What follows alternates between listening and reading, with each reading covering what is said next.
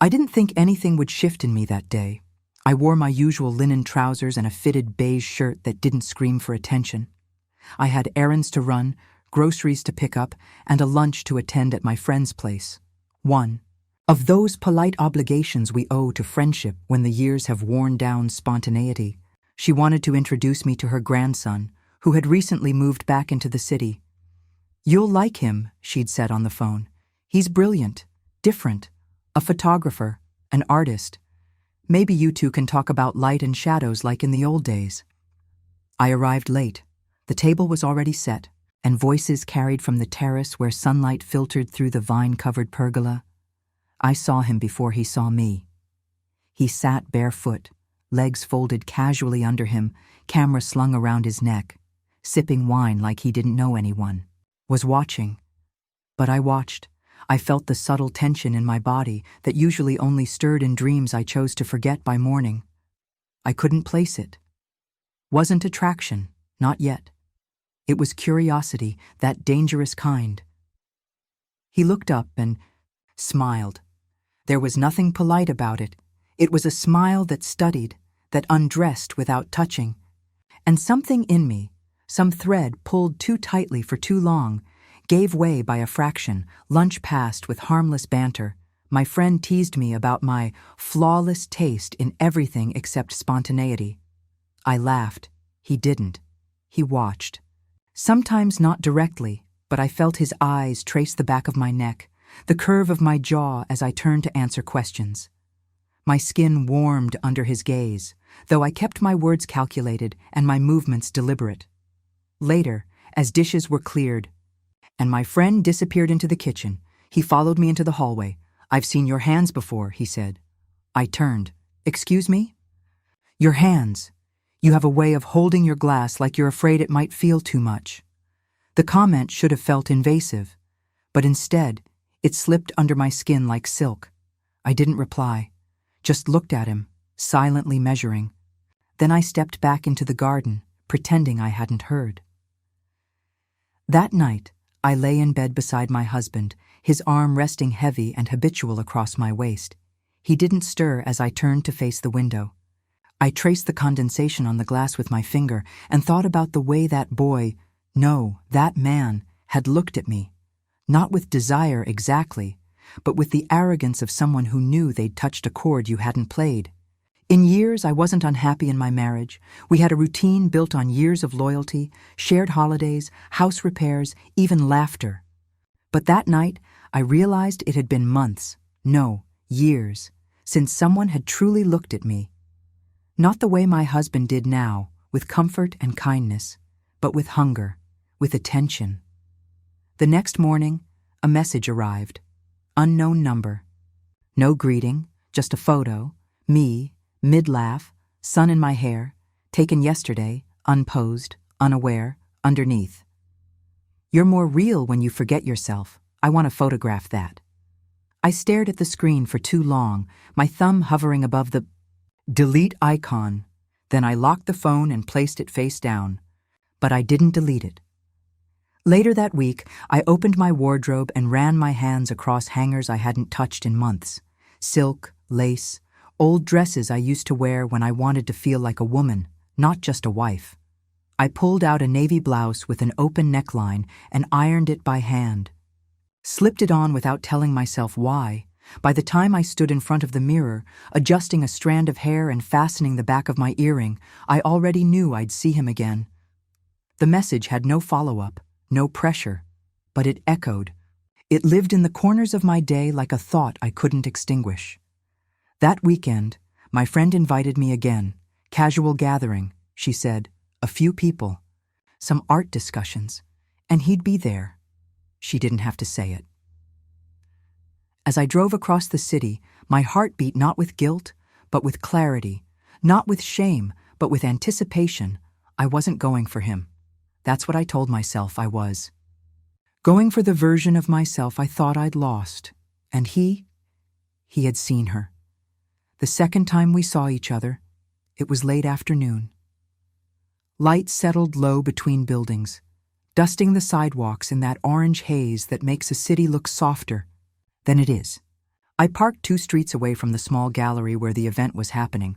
My friend had invited me, or rather, insisted I attend, under the guise of supporting her grandson's first local exhibit. He curated it himself, she'd I said, proud, as if his choices were an extension of her own refinement. He even printed one of your photos, from the lunch. I told myself I went out of support, of politeness. But as I checked my reflection in the rearview mirror for the 3rd time, adjusted my silk blouse, and reapplied a touch of nude lipstick, I stopped pretending. I knew why I was there, inside.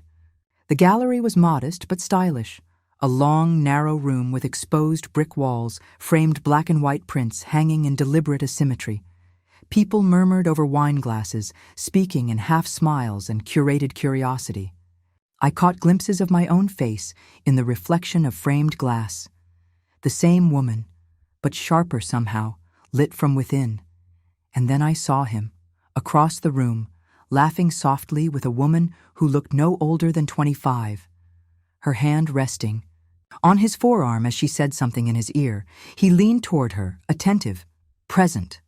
I turned away too quickly, catching my own sudden frown in the frame of a photo beside me. It wasn't jealousy, or maybe it was. Not because he owed me anything, but because I wanted to be the only one he looked at like that. Thought you wouldn't come, his voice. Arrived just behind me, lower than I remembered, like it had skipped straight past my spine. I turned, keeping my expression neutral. He stood close, too close for a gallery. You printed my picture, I said, deflecting. I printed what mattered, he replied, handing me a glass of wine without asking. You look different today. I don't feel different. He smiled slightly. That's not what I said. The conversation ended there, but his eyes lingered as he guided me toward the far end of the gallery. My photo hung alone, printed large, almost confrontational. I didn't remember being that woman. Chin tilted slightly upward, shoulders relaxed, mouth caught mid-thought. It wasn't beautiful in a conventional sense. It was exposed, raw. That's not me, I whispered. That's the part of you nobody sees. That's the part I wanted to capture. I didn't respond. Not because I disagreed, but because I did. And because no one had ever bothered to look past the surface long enough to notice. Not even my husband, who loved me in the way someone loves a well-built house, sturdy, reliable, admired mostly for what it shelters. I stood there longer than necessary, pretending to study other images. But I was watching him, the way he moved, the way his gaze lingered not only on bodies, but on stillness, on posture, on hesitation. He read people like contact sheets, searching for the frames between poses, the unguarded flickers, when the event thinned out and voices scattered. Into the dusk, he walked beside me in silence until we reached the front door. Do you have 5 minutes? He asked. Not coy, not casual, just direct. I hesitated. He saw it. I'd like to give you something. It was reckless. But the air outside was warm, and I didn't want to go home just yet. Not to the clean kitchen, the folded laundry, the predictable warmth of a husband who'd texted me earlier, asking what we should cook on Sunday. We didn't speak on the short walk to his place. A loft-style apartment a block away, brick and metal. Barely furnished, but filled with natural light and canvases and old cameras and something I couldn't name. He handed me a print. The same photo, smaller, mounted. I think you should keep her close, he said, in case you forget her again. I looked at it, and then at him. And for a moment, we said nothing. Then he stepped forward, slow but without hesitation. He was tall, not overly so, but enough that I noticed the shift in my breath when he got too close. His hand touched my wrist first. Just that, the kind of contact that should be meaningless. But my skin responded before my brain did. I won't kiss you if you don't want me to, he said, eyes level with mine, voice quiet but sure. But I think you came here knowing I might. I didn't speak. I didn't need to. He leaned in, not asking, not rushing, and when his lips met mine, it wasn't dramatic. It was searching, measured, like he was confirming something he'd Suspected all along, my mouth moved instinctively, and I hated how natural it felt. Hated how my body tilted forward, how my fingers found his shirt, how my chest tightened with a need I hadn't remembered I was capable of. We parted too soon, too abruptly, the kind of pause that happens not from resistance, but from fear of what will follow. I should go, I said. He didn't stop me, just watched, lips still parted slightly, as if tasting what lingered. Back. In the car, my pulse raced. I didn't drive immediately. I sat in silence, palms flat on my thighs, unsure if I was proud or ashamed, or both. I didn't delete the print. I placed it gently in the passenger seat. It faced me the entire drive. Home. That night, my husband cooked. He poured me a glass of wine, rubbed my shoulder as he passed. I let him, I smiled, I responded. But the weight of what had happened hung inside my chest like a bruise waiting to bloom. And when he kissed me goodnight, I felt nothing. No, that's not true. I felt distance, sharp, expanding distance, and the unmistakable awareness of how easily a door, once opened, refuses to stay shut. The next few days passed in a kind of suspended quiet, the kind that settles. Not over life, but inside it. Outwardly, nothing changed. The routine held. I answered emails. I watered the plants on the terrace. I folded his shirts the way he liked them, shoulders tucked in, collars flattened. My husband moved through the house with the same gentle efficiency he always had. He smiled when we crossed paths in the hallway, kissed me on the temple when he left for work, told me he was proud of how effortlessly I kept everything together. That part hurt more than I expected. But inside me, a different rhythm pulsed.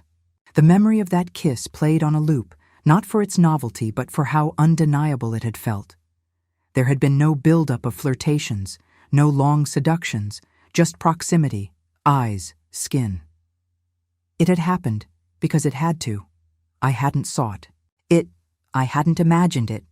But I hadn't stopped it either. The conflict didn't come from guilt, not immediately. It came from confusion, because I didn't feel like someone who had betrayed anyone. I felt like someone who had remembered something vital, like breath or hunger or gravity. That Friday, my husband called me from the office. He'd been asked to attend a conference 3 hours away. "Just a quick thing," he said. "I'll be back Sunday evening. Maybe you can finally get some rest, or pamper yourself a little." His tone was warm, light. He trusted me. He always had. Not because he was naive, but because I had never given him a reason not to. Until now, I waited until the call ended before moving. I didn't decide anything. I just acted. As if my body had its own will, and I was merely following orders, I showered longer than usual. My hands lingered on my own skin. Not with self-pity or shame. With a curiosity that had felt dormant for years, I moisturized with care, chose my underwear deliberately. Not black, not red, but ivory lace, soft, almost shy. A quiet declaration rather than a scream. The dress I picked clung in places I normally concealed. A muted green, silk-like, with a low back and thin straps that refused the support of modesty. I dried my hair and left it undone, no earrings, just perfume. Behind my ears, between my breasts, inside my wrists, I messaged him only once. "Tonight?" No reply came, not right away. I didn't pace or bite my nails. I poured wine and watched the light change on the wall as afternoon bled into evening. I wasn't nervous. I was ready. The reply came almost an hour later. "Come." No address. No emoji, just the word, I knew where. His building sat wedged between a small bakery and an old barber shop that never seemed to have customers. I entered through the side alley. The door was unlocked. I didn't knock. Inside, the light was dim. Not seductive. Practical.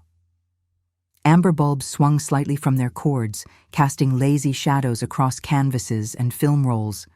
He sat on the low arm of a worn sofa, camera in hand, as if he'd been waiting not just tonight, but longer than that. He didn't say anything at first. just watched as I stepped into the room, heels silent on the wooden floor. I didn't ask what he wanted. I knew. It wasn't my body. Not really. It was me, unguarded, stripped of obligation. It was the woman who had smiled without realizing, the woman who had responded to him without calculation. "You wore that for me," he finally said. I didn't reply. Just took the wine glass he offered and sat. We didn't touch. Not then. The silence between us wasn't tense. It was charged, as if words would ruin what was already understood. He picked up the camera and raised it halfway. Hesitated. "I want to photograph you again? But not for a gallery. For me." I nodded. He didn't pose me, didn't adjust anything. He took 2, maybe 3 shots, then set the camera down without reviewing them, as if the act itself had been enough. Then he crossed the room, slowly, giving me time to leave if I wanted. I didn't move. His hand found my knee, paused. His thumb traced a line up to the edge of my dress, not lifting it, just resting there, waiting. The tension built not from touch, but from stillness. Then I kissed him. This time, I was the one who initiated it. And it wasn't soft. It was decisive. I leaned into him, took what I wanted. Our mouths collided not like lovers in a novel, but like people who needed to feel. His hands moved to my waist, my back, my neck, not frantic, but certain. He didn't grope, he held, like someone discovering a language through skin. We didn't speak afterward. I lay beside him on the floor, partially dressed, heartbeat still skimming just below the surface. He lit a cigarette and didn't offer me one. I wouldn't have taken it, but the gesture, the assumption of intimacy, made my throat tighten. When I finally stood to leave, he watched, but didn't stop me. "No regrets?" he asked. I turned in the doorway, only that it took this long. Outside, the night was cooler than I'd expected. I walked slowly, heels echoing on pavement like punctuation, not guilty, not triumphant, just aware. Back home, the house greeted me with its familiar hush. I undressed in the dark, folded my dress carefully over the back of a chair. My husband's side of the bed was empty. I lay on my back, staring at the ceiling, feeling both full and emptied. Sleep didn't come easily, because I knew this wasn't a moment. It was the beginning of something I wouldn't be able to undo. Morning arrived without mercy. I lay still for a long time, eyes open in the half-light, body reluctant to move. My husband's side of the bed was still untouched, the sheet tucked neatly under the pillow, a silent reminder that he was gone, and I was alone in more ways than one. The house felt too clean, too orderly, as if mocking the chaos unraveling beneath my skin. I stood slowly, wrapped myself in the thin robe I rarely wore, and walked barefoot to the kitchen. Coffee, toast, routine. But my hands trembled slightly as I reached for the cup, the aftershocks of the night still humming low in my limbs. I didn't feel ashamed. Not exactly, but I did feel split. As though 2 versions of me had begun living parallel lives, and one was moving faster than the other could process. By noon, I had convinced myself that what happened didn't require a name. I told myself it was spontaneous, an interruption, not a shift, but it was a lie so thin I could see through it. A message from my friend interrupted the silence. "Come with us to the lake house tomorrow. A few of us are going. You need it. You've seemed tense lately." Tense. I laughed out loud. She wasn't wrong. I typed out a polite refusal, hovered over the send button, then erased the message entirely. Sure. What time? The invitation felt loaded. I hadn't seen her grandson since that night, hadn't even messaged him. There was no agreement, no plan. But something in me wanted to know what it would feel like to exist in the same space again.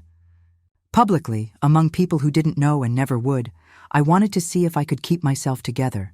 I packed deliberately, summer dresses, loose cardigans, sandals that hinted at elegance, but not effort.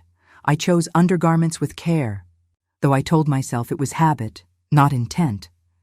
The drive out of the city was quiet, the windows down, the wind warm against my face. The world outside seemed unbothered, and I envied that. The lake house sat low near the waterline, framed by tall trees and the hush of rural silence. It was peaceful in a way that made the city feel artificial. My friend greeted me at the door with her usual enthusiasm, kissed both cheeks, and handed me a glass of chilled rosé before I could even drop my bag. "Everyone's already here," she said, leading me to the deck. I saw him instantly. He was at the far end, laughing with another guest, his shirt half-buttoned, sunglasses pushed into his hair. He didn't look at me, not even once. I told myself it meant nothing, that perhaps he had processed it differently. Detached, framed it as a moment of curiosity, not connection, but my body didn't believe me. Every cell in me was suddenly awake, alert, waiting. Dinner was casual, grilled vegetables, cold pasta salad, fish with lemon. We sat around a long wooden table, lit by hanging lanterns that swayed gently in the wind. Conversations crossed each other like threads, weaving a net I tried to stay hidden in. He spoke once, directly to me. "So what do you do when you're not letting yourself be photographed?" I looked up. "I manage a foundation, boring mostly." "I doubt anything about you is boring," he said simply, then turned away to refill someone's glass. The sentence dropped between us like a stone in still water. No one else noticed, but I did. The weight of it, the intent behind its casual tone. Later that evening, a storm rolled in. Light rain, a few rumbles in the distance. Most guests retreated to their rooms, citing early mornings and long drives. My friend disappeared upstairs with a novel and a robe, blowing a kiss over her shoulder. I stayed behind on the deck, a blanket over my knees, wine glass full. I didn't expect him to follow, but he did. He stood by the railing for a long time before speaking. "I wasn't sure you'd come." I didn't answer right away. I stared at the water instead, black and glassy under the clouded sky. Neither was I. He moved closer, not touching, just near. His presence filled the space like scent, like warmth. "This place is quiet," he said. "Too quiet. It makes people honest." "Does it?" He turned to look at me. "What would you say if I asked you to meet me tonight? Not here, not now. Another time, just us." I studied him. His expression was unreadable. No smirk, no bravado, just directness, the same clarity that had defined everything between us from the start. "I'd say," I began, and my voice caught. "I'd say I shouldn't." "But you would," he finished. I didn't respond. We didn't touch. Not that night. There were footsteps above us, creaking boards, the occasional cough or laugh, the illusion of normalcy still held. But something passed between us as he stepped away. Something irreversible. He knew it. I knew it. Back in my guest room, I undressed slowly, hanging each piece of clothing with care. The air was thick with humidity and tension. I slid under the cotton sheets, stared at the ceiling again. It had become a habit, a strange kind of ritual. My phone lit up once on the nightstand. Tomorrow, same time, my place. There was no name attached. There didn't need to be. I turned off the light and let the decision make itself. The morning air at the lake was wet with pine and silence. Fog curled low across the water, softening. The outline of the dock and the line of trees on the far shore. I stood barefoot on the porch, holding a mug I hadn't sipped from. The ceramic gone cold in my hands. The house behind me was still. Somewhere inside, people stirred softly. The sound of a faucet, drawers opening, footsteps wrapped in rugs. I didn't want to return inside. Not yet. His message pulsed in my thoughts like the low hum of distant thunder. Tomorrow. Same time. My place. He hadn't said more. No reassurance, no plea. As if the weight of what had passed between us required no further explanation. The ride back to the city was uneventful. My friend chatted casually about errands and upcoming events. never once indicating that she suspected anything. I watched the road blur past, nodding at the right moments, but her words barely registered. I was already somewhere else. In the loft apartment, the sharp scent of photochemicals and citrus, the way the light hit the floor in the late afternoon. I could see the shadows we'd left there, could feel the shape of them behind my ribs. I didn't reply to his message, but I didn't need to. That was the understanding between us now. A silent tether stretched taut, invisible to the world, but unmistakably real. By evening, I stood in front of the mirror again, dressing in a kind of trance, a loose beige blouse, skin-toned beneath the collarbones, the silk thin enough to feel like memory. Underneath, matching lingerie in soft rose, minimal but elegant. I hadn't worn it in years. It wasn't for seduction. It was for presence, for claiming space I'd allowed to fade. My husband's voice echoed in a voicemail. He had arrived at the conference safely, sent love, promised to bring back wine from a nearby vineyard. I listened, heart oddly quiet, and deleted the message without saving it. When I arrived at the loft, I knocked this time. Something in me craved the gesture, as if announcing the moment aloud could make it feel less like betrayal and more like choice. He opened the door with a towel around his neck, hair damp, shirt unbuttoned. There was no pretense, no false charm, just the sound of jazz playing low. The light tilted gold across the hardwood. "I didn't think you'd come," he said. "I didn't think either." He stepped aside. I entered. The apartment was cleaner than last time. He'd moved some canvases, cleared the floor. A bottle of wine sat open on the counter, 2 glasses waiting. It felt rehearsed, but not disingenuous. He had prepared for me, not as a guest, as something else entirely. I sat on the couch, legs crossed, arms resting loosely in my lap. He poured the wine, handed me the glass without comment. For a moment, we said nothing. Then he turned toward me, standing only a few steps away. "You looked removed at the lake," I met his gaze. I was trying not to be obvious. "You weren't," he said, "but I noticed anyway." The air between us crackled again, that quiet static that had followed us from the first meeting. He didn't reach for me immediately. Instead, he walked to the far end of the room, adjusted the blinds, turned off one lamp. Dimness settled in like a second skin. "I want this," he said. I didn't reply.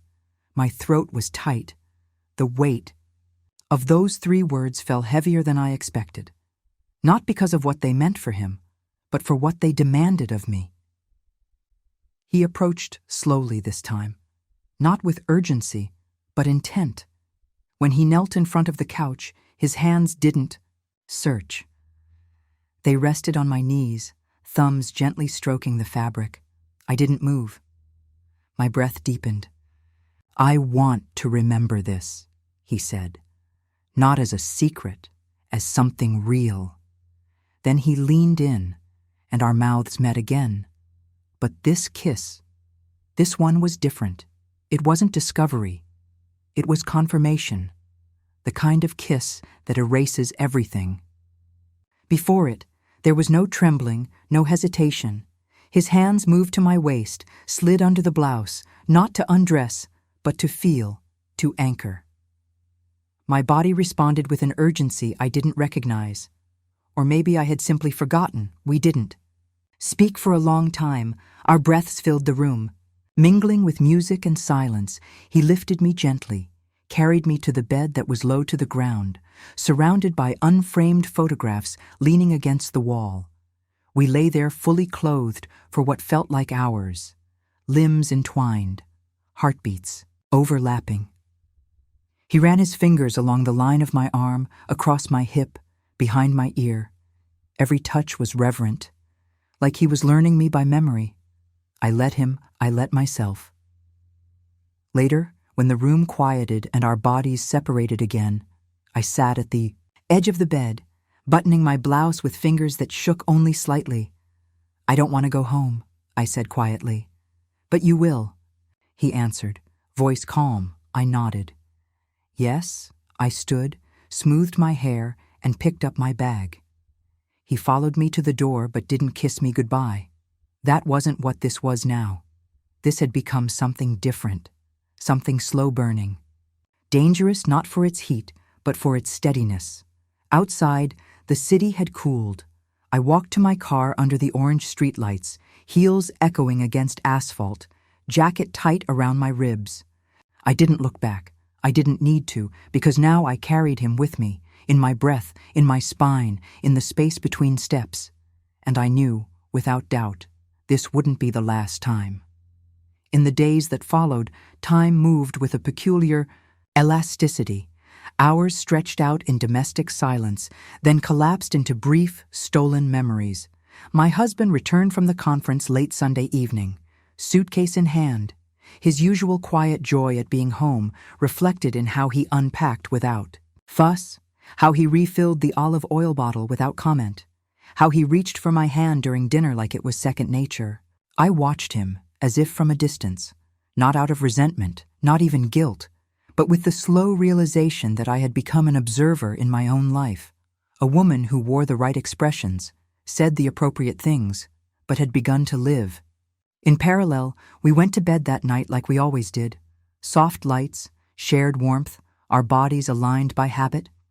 He kissed me before falling asleep, a brush of lips against my shoulder. And I lay awake beside him, tracing invisible shapes against the sheet. I should have felt sick with remorse. Instead, I felt suspended, as if I existed in a pocket of time where consequences hadn't caught up yet. But something shifted the next morning. My friend called. Unexpectedly, her voice was lighter than usual, tinged with amusement. She asked me to stop by her apartment for coffee. No occasion, just a whim. I hesitated, unsure why her invitation unsettled me. She'd always been spontaneous, often. Nostalgic for the simplicity of unplanned mornings, but this felt loaded. I arrived mid-morning, deliberately dressed in a modest navy dress, hair pulled back, no makeup except for concealer to hide the restlessness under my eyes. She greeted me with her usual warmth, a hug, a compliment, a fresh croissant, sliced.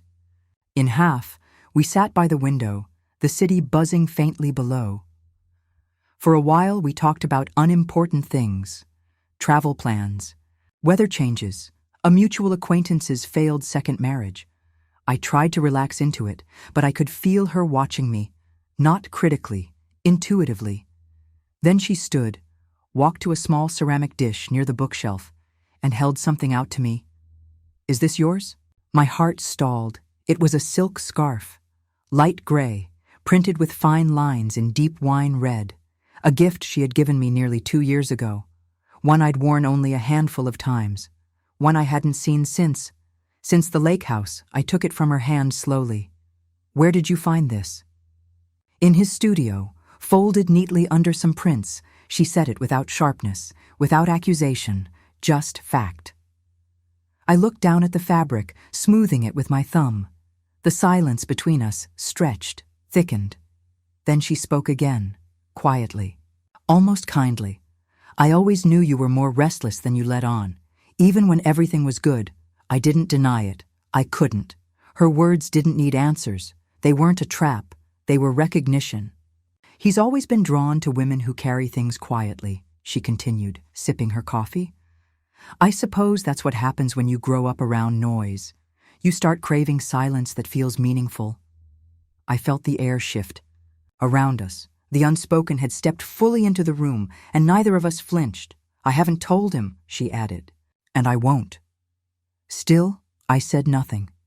Instead, I returned the scarf to the table between us. It no longer felt like mine. "I don't know what I'm doing," I admitted finally, my voice thinner than I intended. She gave a small, sad smile. "None of us ever do, not really, but we make choices, and we live with them." Her words weren't cruel.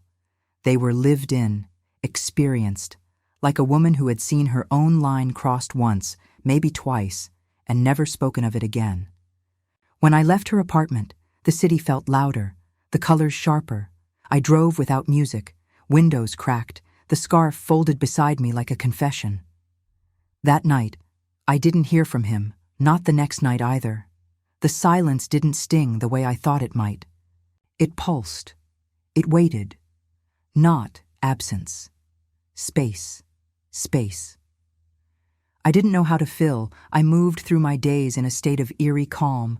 I worked. I met deadlines. I laughed at the right moments. I responded to texts in complete sentences. But underneath it all, there was that slow rumble, like a train in the distance, still out of sight, but drawing closer. Then, just as the stillness threatened to settle into permanence, he called, not a message, not a photo, a call. It rang only once before. I answered. I thought I should leave you alone, he said. And I couldn't.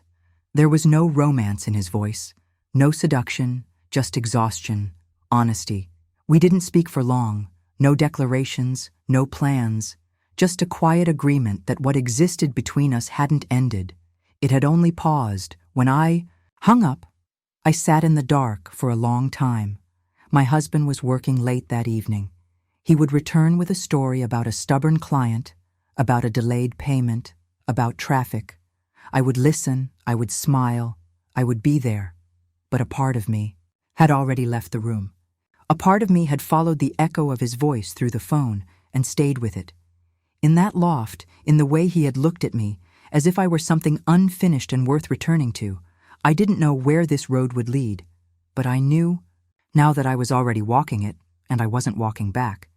The days that followed felt deliberately uneventful, as if life itself had shifted into neutral. My husband, sensing nothing, returned to his quiet rituals, emails over dinner, wine in measured sips, updates on projects he knew I'd half forget by morning. I responded with practiced affection, the kind that didn't require effort because it was built from years. Of repetition, I laughed where expected, touched his hand during conversations, leaned in when he kissed my forehead. From the outside, we looked content, unshaken, balanced. Inside, I was unraveling, not chaotically. No tears, no panic. Just a steady loosening of threads. The woman I had been was still there, but dimmed, her edges softening against the contours of something newer. Rawer, less rehearsed, I began waking earlier, before the sun, lying still in the quiet hour before the city breathed. I would stare at the ceiling and rehearse 100 conversations I'd never say aloud. To him, to my friend, to myself. I waited for the guilt to consume me, but instead, what rose in me was clarity, a terrifying, calm kind of certainty. I couldn't go back, not fully, not honestly. Then came the photograph. I found it tucked in a brown envelope inside the mailbox. No note, no name, just the print. It was one of his, one of me, taken during our second meeting, I assumed, though I hadn't seen the camera when he captured it. I was standing by the window, eyes closed, head tilted slightly as if listening to something in the distance. The light split across my shoulder like liquid gold, catching the edge of my collarbone, the hollow of my neck. I looked, still, not sad, not serene, still as though suspended in the moment before something irreversible, on the back, in faint pencil. You don't see yourself clearly, but I do. I tucked it beneath a stack of old magazines on my desk, afraid to keep it in view, more afraid to destroy it. That image didn't feel like a souvenir. It felt like a secret only I was supposed to understand. That evening, my husband suggested we go to the theater, a rare attempt at romance, perhaps sensing something subtle shifting between us. I agreed. I wore a dress I hadn't in years. Black, simple, with an open back. He told me I looked beautiful. I thanked him. But my mind was elsewhere. The show was slow, overly sentimental. I watched the actors move through scenes of conflict and reconciliation as if watching someone else's life. I felt no connection, no discomfort, only distance. Afterward, he took my hand as we walked toward the car, his fingers laced with mine. I let him hold me. I didn't pull away, but I noticed how my hand no longer curled into his the way it used to. It just rested. When we returned home, he opened a bottle of wine. I excused myself to change. In the bedroom, I stared at my reflection under the pale light. I wasn't sure who was looking back. Not entirely the woman he knew, not yet the one I was becoming. Somewhere in between. A woman on the cusp. I didn't hear the doorbell. He did. I heard his voice down the hall, then the door shutting. Footsteps. Returning, I emerged slowly. "It was for you," he said, placing a small package on the kitchen island. No name. I opened it after he went to bed. Inside, a photo. This one of him, taken by me weeks ago when he wasn't looking, or rather when he thought I wasn't. He sat cross-legged on the floor of his studio, head tilted back against the wall, eyes closed, light cut across his face like a wound. I had printed it on impulse and left it behind. Now it had returned. Folded underneath was a note. "Tomorrow, 7. Come if you want more than a memory. No flourish, no signature." I didn't respond. I didn't have to. My decision had already taken root. The next evening, I left the house just after 6. I told my husband I had a meeting with a donor from the foundation. He nodded, kissed my cheek, told me to drive safe. His hands rested on my waist for a beat longer than usual. I think, somewhere deep down, he felt something shifting, but he didn't speak it. I drove with the windows cracked, the wind pulling at my hair, my thoughts.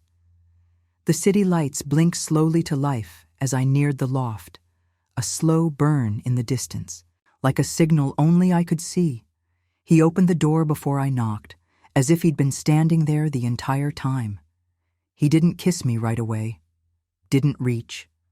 He just looked at me, really looked, and I felt the full weight of everything we hadn't said between us settle into the space. I stepped inside. "I didn't think you'd come," he said softly. I took off my coat, turned to face him. I told myself I wouldn't. "Then why are you here?" I didn't answer right away. I walked past him to the window, placed a hand on the cold glass, watching the city below pulse with oblivious energy, because when I'm not here, I forget how it feels to be alive. That night, we didn't rush. There was no urgency in our movements, only intention. We didn't need to rediscover anything. We remembered, and it was worse, somehow. Not because of the act itself, but because of how right it felt. How natural, as if this, not what I lived. Every day was the real world. Afterwards, we lay on the couch, fully clothed, his hand tracing slow, thoughtless shapes along my arm. "I don't know how this ends," I whispered. He was quiet for a long time. "Maybe it doesn't," he said. "Maybe it just changes." I turned my head, looked at him. That's the problem. Because I knew then, as surely as I had, known I'd come, that change was no longer a choice. It was already happening, and I had no idea who I would be when it was finished. The morning after I left his loft, the city felt heavier than usual. The air pressed closer to the sidewalks. Every sound carried sharper. Every glance lasted a beat too long. I walked slower, not out of caution, but because I no longer trusted the rhythm of things. The world around me still moved predictably. Coffee queues, red lights, muffled radio voices through half-open car windows. But I had become a stranger to that cadence, a visitor in a life that used to belong to me. At home, my husband was already in the kitchen. He greeted me with a casual smile, slid a mug toward my usual seat, and asked if I wanted anything with breakfast. I looked at him, really looked, and realized that, even now, I could lie convincingly. I had become fluent in the quiet performance. Of normalcy, we talked about nothing of importance. He mentioned a client who was late on invoices, a neighbor's car alarm going off all night. I nodded, commented, contributed in the appropriate places. My hands trembled only once, when he reached across the table to brush something from my cheek. I couldn't tell whether he noticed. Later that afternoon, I sat in my study, staring at the shelves lined with neatly stacked files and framed certificates. My name, embossed in gold, stared back at me from too many surfaces. I thought of the photograph, the one he'd sent, me. It was still hidden under a pile of magazines. I hadn't looked at it since the night it arrived. But I hadn't thrown it away either. That detail mattered more than I liked to admit. A knock on the door startled me. My husband, holding a small envelope in his hand. "This was left downstairs," he said. "Your name, no return address." I took it. My heart didn't race. It dropped, low and steady, like a stone. "Thanks," I replied. "Probably just something from the foundation." He didn't linger, just kissed the top of my head and walked out. I opened the envelope after. He left the room inside. Another photograph. This one wasn't of me. It was of him, seated on the floor, shirtless, back to the wall, head bowed. The kind of moment people aren't supposed to see. Vulnerable, real.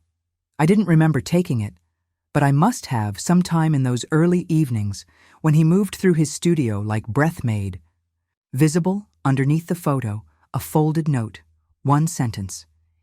"If we keep pretending this can stay hidden, we'll forget what it ever meant." That night, my husband surprised me. He came home early, brought my favorite wine, cooked dinner himself, a dish we hadn't shared since our anniversary 2 years ago. There was a different weight in his movements, not nervousness, not accusation, but something that felt like attention, presence. We ate in the dining room, candles lit, music low. "I thought maybe we'd lost track of each other," he said. I froze mid-sip. "What do you mean?" He shrugged. "I mean life gets crowded. We forget to look, to ask." I studied his face.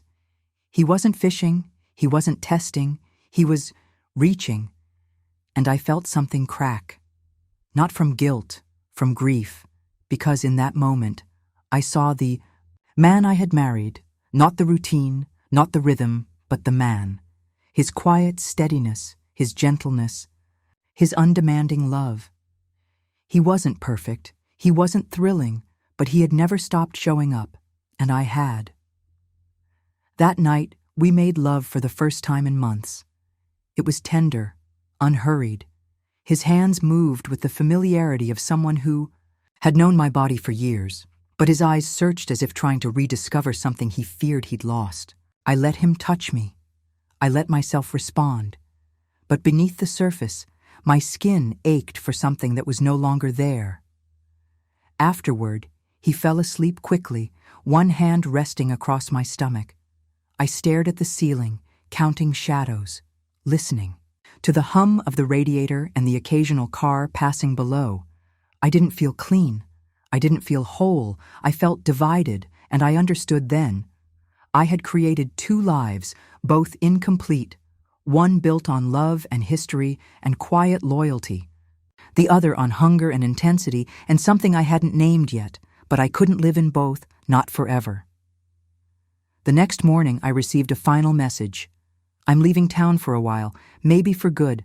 I need to reset, but if you want to see me before I go, I'll be here tonight. After that, I'm gone." No flourish, no pleading, just a window.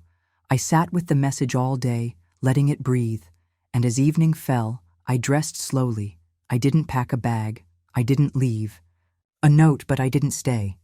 Because the truth was simple and unbearable. I had already chosen, and that choice was going to cost me everything.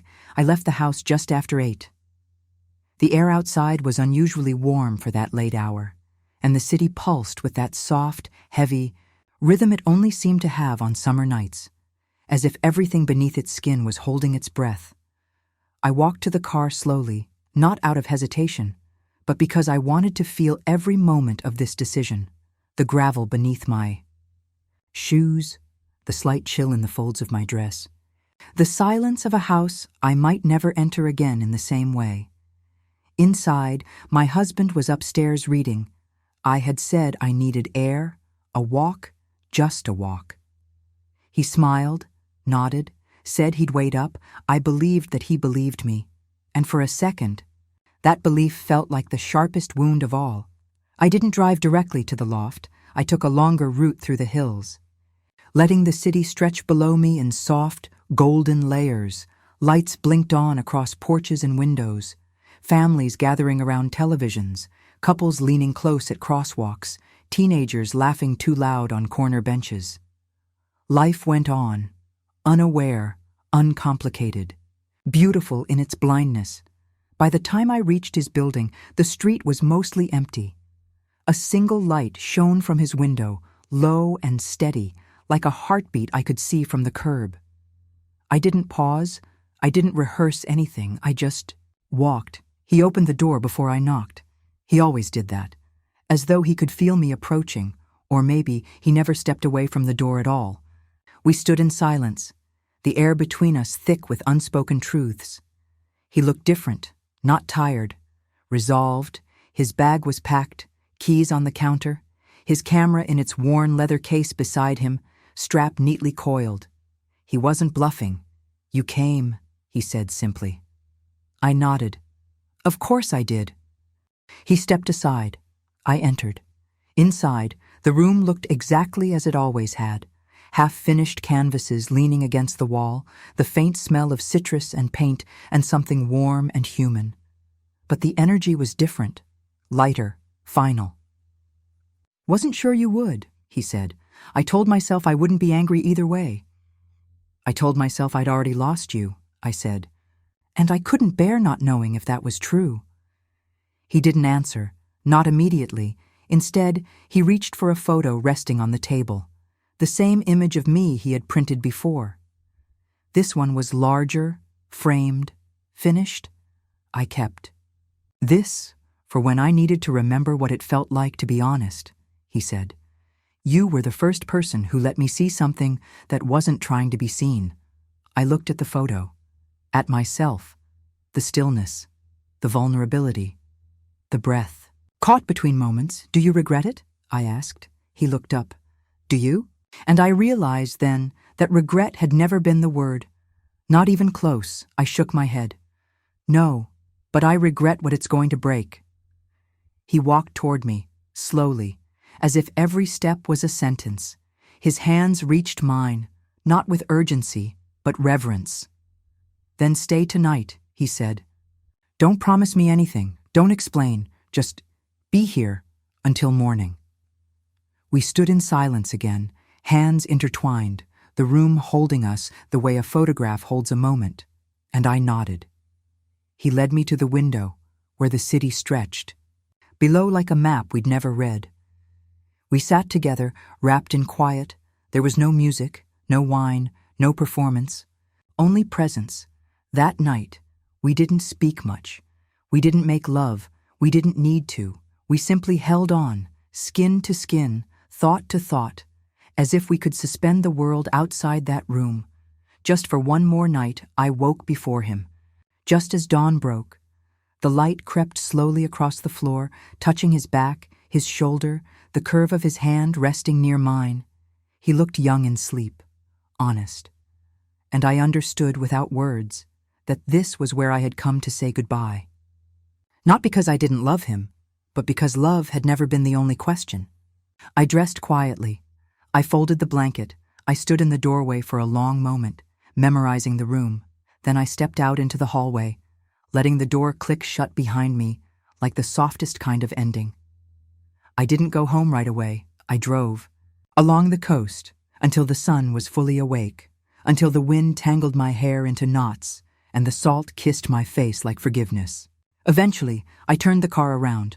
There were still things to face. A man who would be waiting with open eyes and no idea what had changed. A life built on years of trust that I had cracked open with a kiss and shattered with silence. But there was also me. And for the first time in years, I wasn't running from her. I was walking straight toward her, and whatever came next, I would meet it with my eyes wide open.